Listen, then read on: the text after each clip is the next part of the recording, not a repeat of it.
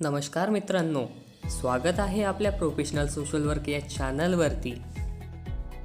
आज आपण बघणार आहोत भारतात समाजकार्याचा इतिहास आणि विकास, history and development of social work in India. भारतात समाजकार्याचा ऐतिहासिक विकास सविस्तर स्पष्ट करा किंवा भारतात समाजकार्याचा विकासाचा ऐतिहासिक आढावा घ्या, अशा प्रकारचा 20 मार्काकरिता आपल्याला प्रश्न विचारला जाऊ शकतो। तर चला बोलूया आपण आजच्या आपल्या भागाकडे। ऐतिहासिक पृष्ठभूमीच्या दृष्टीने समाजकार्याचे अस्तित्व भारतीय समाजात प्राचीन काळापासून आहे। भारतीय संस्कृतीची प्रत्येक बाब ही दान, विश्वप्रेम तसेच संकटकाळी दुसऱ्याची मदत करण्याच्या भावनेशी जुळलेली आहे। भुकेल्यास भोजन, भिकाऱ्यास भिक्षा देणे तसेच शरण आलेल्यास आश्रय देणे हे भारतीय जीवनात नेहमीच पाहायला मिळत असते। परंतु संस्थागत सेवेच्या रूपात समाजकार्याचा विकास फार उशिरा झाला। राजनीतिक पारतंत्र्य आणि आर्थिक मागासलेपणा हे शास्त्रीय समाजकार्याच्या विकासात अडचणी आहेत। देशाला स्वातंत्र्य मिळाल्यानंतर समाजकार्याच्या क्षेत्रात एका नवीन अध्यायाला सुरुवात झाली। भारतात समाजकार्याच्या पृष्ठभूमीच्या दृष्टीने त्याची चर्चा खालीलप्रमाणे करता येईल। प्रथम, प्राचीन व मध्ययुगीन समाजकार्य। द्वितीय, ब्रिटिशकालीन समाजकार्य व तृतीय, स्वातंत्र्यानंतर समाजकार्य। तर या तिन्ही भाग आज आपण या ठिकाणी बघणार आहोत।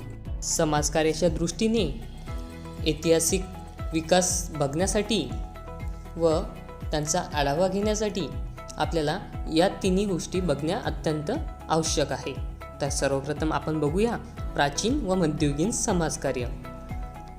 दुःखितांची मदत करणे ही प्राचीन काळापासूनच भारताची परंपरा राहिलेली आहे।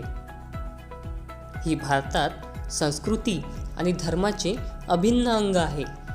आजच्या प्रमाणे प्राचीन काळात सुद्धा भिक्षा देणे, गरीब आणि दुःखी व्यक्तींची मदत करणे तसेच आश्रयस्थानांची स्थापना करणे हे पुण्याचे कार्य समजण्यात येत होते।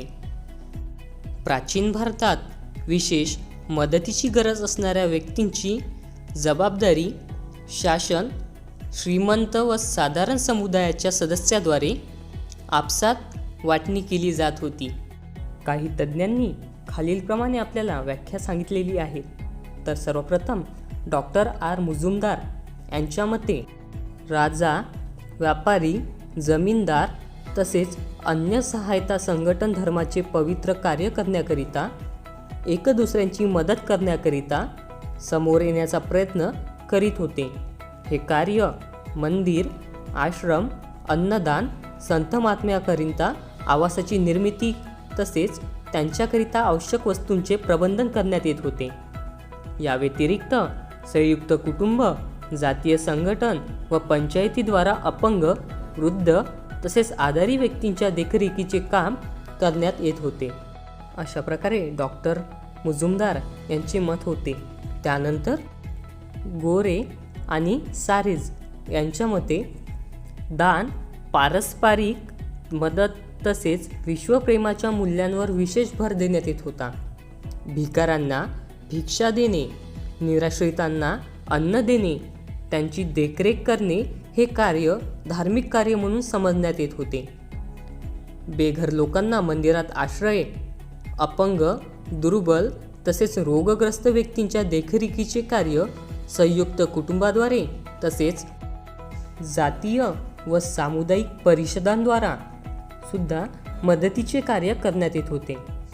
सामाजिक प्रथेनुसार आर्थिक व्यवस्थेचे नियंत्रण करण्यात येत होते। जहागिरीचे मालक हे नोकरांच्या, कर्मचाऱ्यांच्या देखरेखीचे काम करत होते। अशा प्रकारे गोरे आणि सारेज यांनी व्याख्या केली। त्यानंतर बौद्ध काळ। या काळात जनतेच्या फायद्याकरिता लोकांना उपदेश देण्यात येत होते। युद्धाच्या बाबतीत अशा प्रकारे उपदेशांचे अनेक उल्लेख कुलवाक, जातक कथांच्या अंतर्गत मिळत असतात।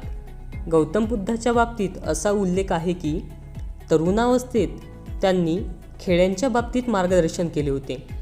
या काळात लोक उखडलेल्या सडकांची म्हणजे रस्त्यांची दुरुस्ती करण्याचे काम करीत होते. रथांना आड येणाऱ्या झाडांची कटाई, लोकांच्या सोयीकरिता तलावांची निर्मिती करण्यात येत होती. त्यानंतर मौर्य काळ. मौर्य काळात जनतेच्या फायद्याकरिता करण्यात येणाऱ्या कार्याचे सविस्तर विवेचन कौटिल्याच्या अर्थशास्त्रात मिळत असते.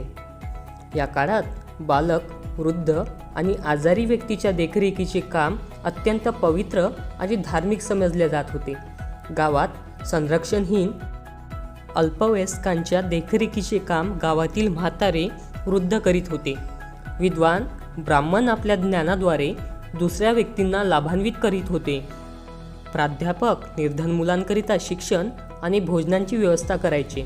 या व्यतिरिक्त श्रीमंत व्यक्ती निशुल्क शिक्षण संस्थांची स्थापना करायचे. तेथे गरीब विद्यार्थ्यांना सर्व प्रकारच्या सोयी प्राप्त होत होत्या.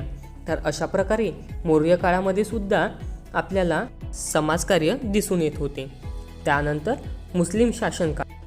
12व्या शतकामध्ये इस्लामचा भारतामध्ये प्रसार झाला. मुस्लिम शासनकाळात इस्लामला राजधर्म मानले गेले. असहाय्य तसेच निर्धन व्यक्तींची मदत करणे हा या धर्मांचा एक आधारभूत भाग होता. मुस्लिम शासनकाळात सुद्धा निर्धन व्यक्तींना तसेच असहाय्य व्यक्तींची मदत करण्याचे कार्य होत होते. आजारी व्यक्तींवर उपचार करणे, शाळा बनविणे, मस्जिदाची स्थापना करणे हे धार्मिक कार्य मानले जात होते. फिरोज तुघलकानांच्या काळात लोकांच्या आरोग्याकरिता अनेक दवाखान्याची निर्मिती झाली. त्या ठिकाणी गरीब लोकांचे निशुल्क उपचार करण्यात येत होते. 1707 साली औरंगजेबाच्या मृत्यूनंतर जवळपास 150 वर्ष भारतात लोकांचे जीवन संघर्षमय झाले. राजसत्ता ही मुख्याधिकाऱ्यांच्या हातात केंद्रित होऊ लागली. केंद्र आणि राज्य यांच्यात संघर्ष सुरू झाला. या संधीचा फायदा इंग्रज व्यापाऱ्यांनी उचलला. ते व्यापाऱ्यांच्या रूपात भारतात आले आणि राज्यकर्ते बनले. सन 1850 पर्यंत इंग्रजांचा पूर्ण अधिकार झाला. सन 1857 मध्ये पहिल्या स्वातंत्र्य युद्धानंतर राजशक्तीला ईस्ट कंपनीद्वारा राज्याच्या स्वाधीन करण्यात आले. त्यानंतर ब्रिटिशकालीन समाजकार्य. इंग्रजाच्या काळात झालेल्या समाजकार्यावर विचार करताना त्या काळातील सामाजिक आणि राजनीतिक स्थितींना लक्षात घेणे आवश्यक असते. त्या काळातील सामाजिक आणि राजनीतिक परिस्थितीमुळे विभिन्न प्रकारच्या समाज आंदोलनास सुरुवात झाली. या आंदोलनास प्रभावित करणारे घटक खालीलप्रमाणे आहेत. 1. इंग्रज भारतात व्यापार करण्यासाठी आले. त्यांनी जनहितापेक्षा कंपनी भागीदारांच्या हिताला प्राधान्य दिले. 2. इंग्रजांचा प्रथम उद्देश सुरुवातीला पैसा कमवणे होता. त्यांची स्थायी रूपाने भारतात राहण्याची इच्छा नव्हती, म्हणून सुरुवातीला इंग्रजांनी स्वतःला भारतीय समाजापासून वेगळेच ठेवले होते. नंबर 3. त्यांच्याद्वारा बनविण्यात आलेले कायदे हे भारतात वास्तव्य करणारे इंग्रज आणि भारतीयांवर समान रूपाने लागू नव्हते.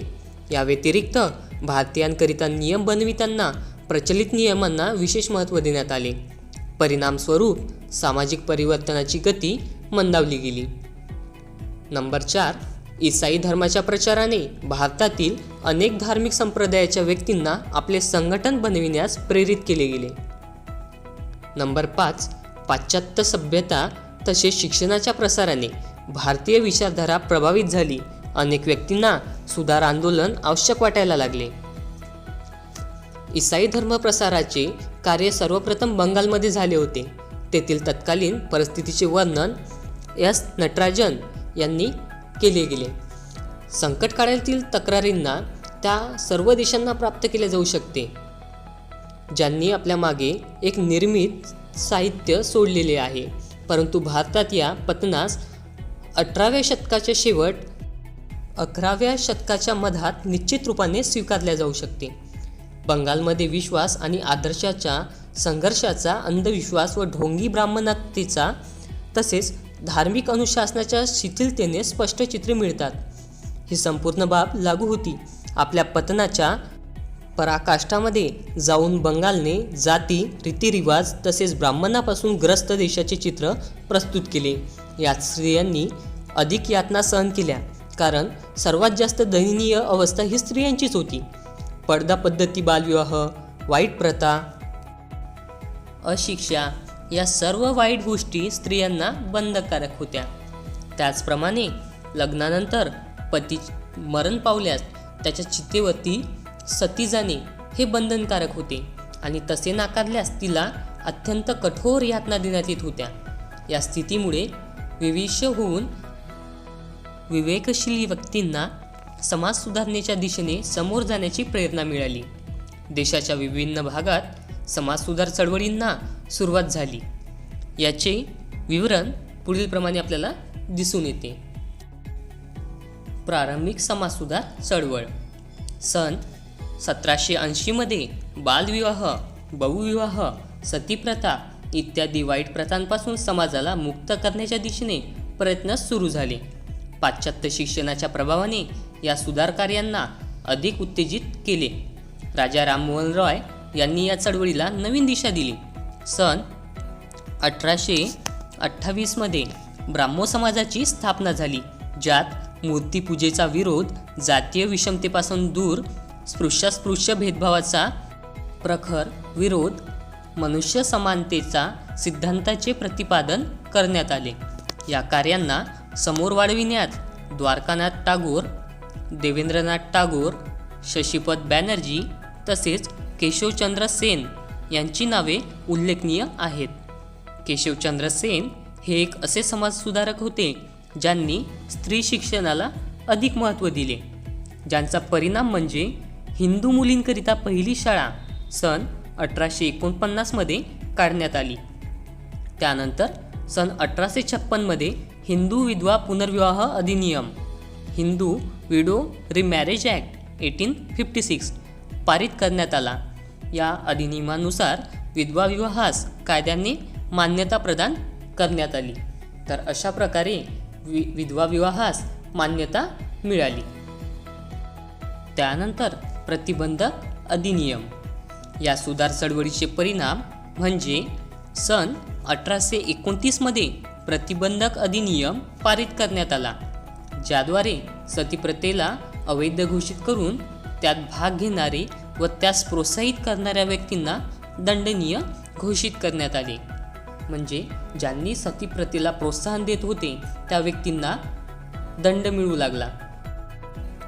त्यानंतर पश्चिम भारतात समाज सुधारणा चळवळ. राजा राममोहन रॉय द्वारा करण्यात आलेल्या सुधार चळवळीचा संपूर्ण देशावर प्रभाव पडला. सन 1849 मध्ये परमहंस सभेची स्थापना करण्यात आली, जिचा उद्देश भारतीय जातीभेद, खानपान, भेदभावास समाप्त करणे हा होता. सन 1860 मध्ये ही संस्था बंद पडली.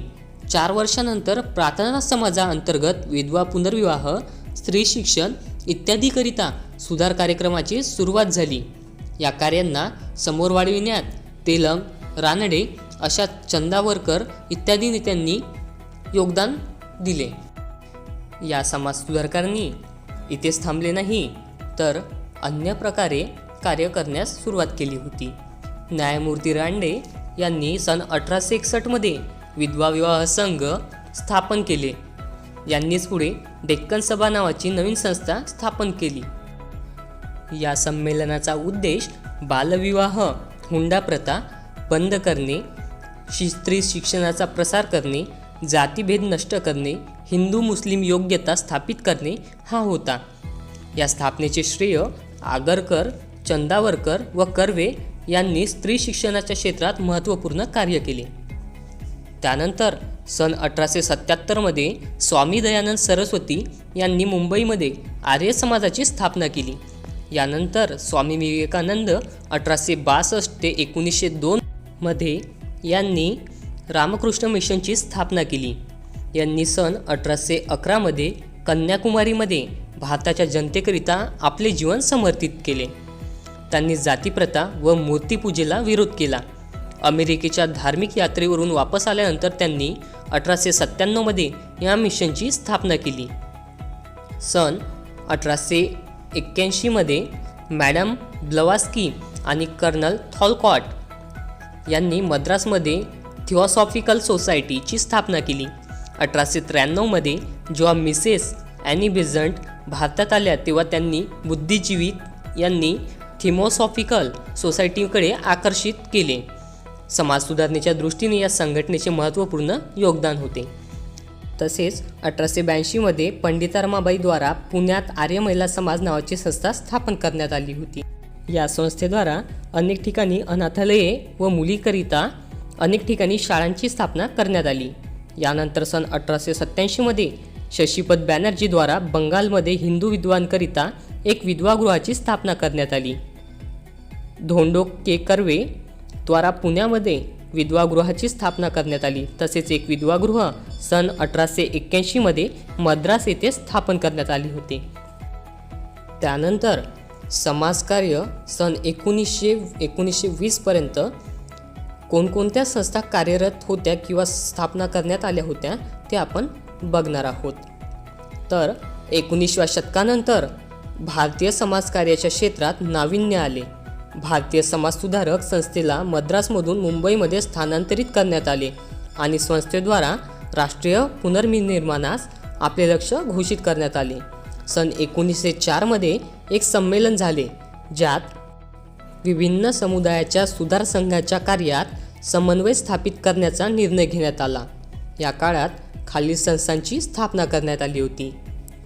Number 1 servants of India society. सन 1905 या सोसायटीची स्थापना करण्यात आली, जिचा उद्देश सामाजिक, आर्थिक तसेच शैक्षणिक प्रगती करणे हा होता. या संघटनेद्वारा दलित वर्गाच्या कल्याणावर विशेष भर देण्यात आला. सर्व श्रीदेवधर जोशी, पंडित कुंजरू इत्यादींनी या संस्थेशी संबंधित होते. नंबर 2 भारतीय दलित वर्ग मिशन. सन 1906 BR शिंदेद्वारा श्री चंद्रावरकर यांच्या अध्यक्षतेत या मिशनची स्थापना करण्यात आली. या मिशनचे मुख्य कार्य समाजातील दलित वर्गात शिक्षणाचा प्रसार करणे हा होता. नंबर 3 भारतीय सेवा सदन. सन 1908 श्रीमती राधाबाई रानडे यांच्या अध्यक्षतेत या सदनची स्थापना करण्यात आली. या सदनचा उद्देश महिला कार्यकर्त्यांना प्रशिक्षित करणे, त्यांना चिकित्सेसंबंधी सोयी प्रदान करणे, महिला कार्यकर्त्यांना प्रशिक्षित करणे, त्यांच्याकरिता इंग्रजी, संस्कृत आणि नागरिकशास्त्राच्या शिक्षणाचा संपूर्ण प्रबंध करणे हा होता. 1915 नंतर समाजसेवा संघ व सेवा सदन ह्या सर्व्हंटन्स ऑफ इंडिया सोसायटीच्या जवळ येऊन कार्य करू लागल्या. त्यानंतर सन 1917 सामाजिक संमेलनाद्वारे शहरी क्षेत्रात श्रमिकांची स्थिती सुधारण्याचा निर्णय घेण्यात आला. सन 1922 अखिल भारतीय औद्योगिक कल्याण संमेलन आयोजित करण्यात आले, ज्यात सर्व औद्योगिक केंद्र प्रतिनिधींना श्रम कल्याणाच्या बाबतीत विचार विमर्श केला गेला. त्यानंतर 4 नंबर सामाजिक कायदे. 20व्या शतकाच्या सुरुवातीला अनेक कायदे पारित करण्यात आले होते. सन 1900 मद्रास व्यवस्थापिका सभाद्वारे हिंदू गेम्स ऑफ लर्निंग विधेयक पारित करण्यात आले होते. सन 1920 ते 1937 पर्यंत समाजकार्य. सन 1919 नंतर समाजकार्याच्या क्षेत्रात विशेष जागरणाचा उगम झाला. श्री चंदावरकर यांनी अमृतसरमध्ये झालेल्या परिषदेत सांगितले की समाजसुधारकांकरिता अशी वेळ आली आहे की समाज सुधारणेचा अर्थ आणि क्षेत्राचा विकास करणे आवश्यक झाले. याकरिता कार्यपद्धती आणि दृष्टिकोनात परिवर्तन करणे अत्यंत आवश्यक आहे. सोबतच या काळात महात्मा गांधीजींनी रामराज्याची कल्पना प्रस्तुत केली होती. त्यांनी अशा समाजाची कल्पना केली होती की ज्यात प्रत्येक व्यक्तीच्या विकासाकरिता समान संधी उपलब्ध होतील. गांधीजींनी हरिजन कल्याण, आदिवासी कल्याण, महिला व बाल कल्याण, शिक्षण क्षेत्रात सुधारणा तसेच मद्य निषेध कार्यक्रमांवर जोर दिला होता. सन 1925 राष्ट्रीय परिषदेची स्थापना करण्यात आली. त्यानंतर सन 1927 अखिल भारतीय महिला संमेलन संघटित करण्यात आले. या संघटनेच्या स्थापनेत समाजकार्याच्या विकासाला प्रोत्साहन मिळाले. त्यानंतर सन 1939 ते 1947 पर्यंत समाजकार्य. सन 1938 नंतर दुसरे महायुद्ध सुरू झाले होते. तसेच राष्ट्रीय भावनांच्या विस्ताराचे फलस्वरूप देशाच्या सामाजिक जीवनात महत्त्वपूर्ण बदल होण्यास सुरुवात झाली. एकीकडे देशवासियांमध्ये आपल्या सामाजिक कमतरता दूर करण्याच्या भावना निर्माण झाल्या आणि दुसरीकडे स्त्रियांनी स्वातंत्र्य चळवळीत भाग घेणे सुरू केले होते. या व्यतिरिक्त युद्धकालीन परिस्थितीतील गरजा पूर्ण करण्याकरिता औद्योगिक उत्पादन वृद्धी करणे आवश्यक होते. त्यामुळे सन 1940मध्ये अब्रक खान श्रमकल्याण फंड अधिनियम स्थापित झाले. सन 1944मध्ये कोळसा खान श्रमकल्याण फंड अधिनियम पारित करण्यात आला होता. त्यानंतर स्वातंत्र्यानंतर समाजकार्य. तर स्वातंत्र्य काळानंतर समाजकार्यामध्ये काय काय झाले हे आपण या ठिकाणी बघणार आहोत. तर स्वातंत्र्यानंतर समाजकार्याला एक नवीन दिशा प्राप्त झाली होती, कारण स्वातंत्र्य मिळाले होते आणि संविधान लागू झाले होते. त्यामुळे संविधानाद्वारे कल्याणकारी राज्याचे उद्देश स्वीकारण्यात आले. समाजातील मागासवर्गीयांची प्रगती, सामाजिक वाईट प्रथांचे निराकरण आणि समाजातील सदस्यांना विविध प्रकारच्या संकटापासून सुरक्षित करण्याच्या उद्देशाने अनेक महत्त्वपूर्ण पावले उचलण्यात आली. तर ते आपल्याला खालीलप्रमाणे दिसून येते. सर्वप्रथम सामाजिक कायदा. सुधारणेच्या कार्यांना समोर वाढविण्याच्या उद्देशाने सन 1954मध्ये विशेष विवाह कायदा पारित करण्यात आला. कायद्याद्वारे हिंदूमध्ये सिव्हिल मॅरेजची व्यवस्था करण्यात आली. तसेच विवाहाकरिता पुरुषांची वय 21 आणि स्त्रीची वय 18 निर्धारित करण्यात आले आणि विशेष परिस्थितीत सोडचिठ्ठीची व्यवस्था करण्यात आली. त्यानंतर 1955मध्ये हिंदू विधवा अधिनियम, हिंदू विधी अधिनियम 1976, अस्पृश्यता म्हणजे अपराध संशोधन आणि विविध व्यवस्था अधिनियम 1976 इत्यादी पारित करण्यात आले. अशा प्रकारे श्रमकल्याण, बालकल्याण, अनैतिक व्यवसाय प्रतिबंध तसेच मागासवर्गीयांच्या कल्याणासंबंधित अनेक अधिनियम पारित करण्यात आले. श्रम कल्याणाकरिता राज्य कर्मचारी विमा अधिनियम 1948, कोळसा Khan provident fund bonus scheme अधिनियम 1948, कर्मचारी भविष्य निधी अधिनियम 1948, बागान श्रम अधिनियम 1951, तसेच खान अधिनियम 1956, अस्पृश्यता अपराध अधिनियम 1955 व बाल अधिनियम 1960 मुख्य आहेत. त्यानंतर समाज कल्याण विभाग. स्वातंत्र्यानंतर राज्याद्वारा कल्याणकारी उद्देशांना स्वीकारण्यात आले. समाजातील मागासवर्गीयांच्या प्रगतीच्या दिशेने सरकारद्वारा लक्ष देण्यात आले. याकरिता विभिन्न राज्यात समाज कल्याण विभागाची स्थापना करण्यात आली.